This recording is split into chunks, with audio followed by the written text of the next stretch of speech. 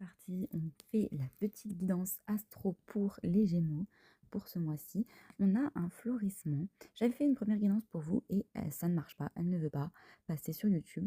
Donc écoutez, ça ne charge pas. Je pense que le message n'était pas le meilleur pour vous. Le voici. Des choses qui fleurissent, un épanouissement quelque part.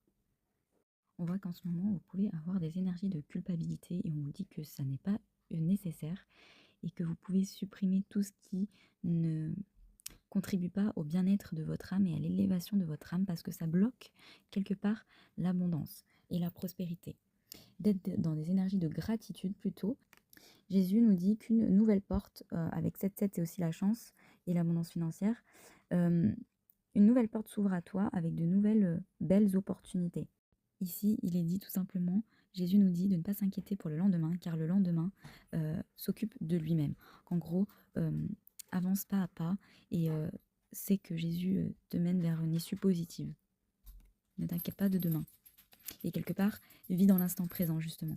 Au niveau sentimental, on a l'abondance, donc on voit qu'il y a beaucoup d'amour, il y a beaucoup de bons moments en couple, et derrière on a le mariage, donc juste waouh, un profond engagement, une relation stable, durable, avec des énergies de fidélité, de bienveillance, d'amour éternel, donc magnifique. On a Athéna avec le numéro 29, et on a l'horloge, le tic-tac avec le numéro 29. Donc il y a peut-être ce chiffre qui vous parle beaucoup en ce moment. Peut-être voir le 29 octobre ou le 29 novembre, qu'est-ce qui se passe, si c'est une date clé pour vous ou autre. Ça fait aussi 11, et le 11 c'est le chiffre de l'élévation spirituelle, etc. Athéna avec cette petite chouette et ces petites plumes là, en fait elle nous ouvre le chemin vers les études, les textes sacrés. C'est quelqu'un de sage, de lucide et mature, donc c'est peut-être dans ces énergies là qu'on nous demande d'être en ce moment.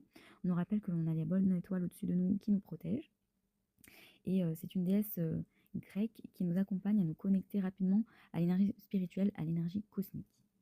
Avec la carte de l'heure, du temps, on voit comme un infini. Donc on a encore cette notion de relation infinie, d'univers. On voit qu'il y a le timing divin peut-être pour récolter, pour réaliser un souhait, pour récolter les fruits de son travail.